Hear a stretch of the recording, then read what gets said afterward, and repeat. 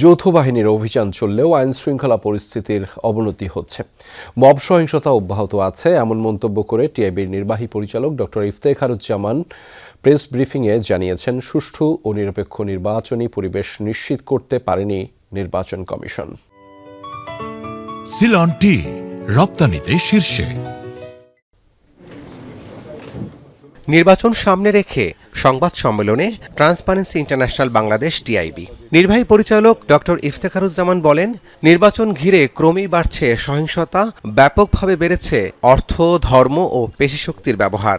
অবাধ সুষ্ঠু নির্বাচন আয়োজনে নির্বাচন কমিশনের ঘাটতি দৃশ্যমান বলেও মন্তব্য করেন তিনি।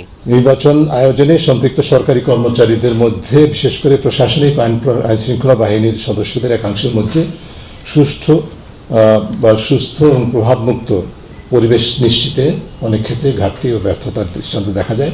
কিছু অনিয়ম হয়েছে, সেটা ইতিমধ্যে তথ্য আছে, এবং নিষ্ক্রিয়তা অনেক ক্ষেত্রে লক্ষণীয়। ডক্টর ইফতেখার বলেন, নির্বাচন কমিশনের নির্দেশনায় নির্বাচন ও গণভোটকে সমার্থক হিসেবে বিবেচিত করেছে, যা প্রশ্নবিদ্ধ। একই সাথে টিআইবি গণভোটে হ্যাঁয়ের পক্ষে বলেও জানান তিনি। সরকারি কর্মচারীদের প্রতি যে নির্দেশনা, সেটা প্রদানের আগে নির্বাচন কমিশনের সাথে আলোচনা করলে, তাদের সম্মতি গ্রহণ করলে এই বিতর্কটা সৃষ্টি হতো না। জুলাই সনদের পক্ষে গণরায়টা অপরিহার্য বলে আমরা মনে করি, কারণ জনগণ সেটা চায়।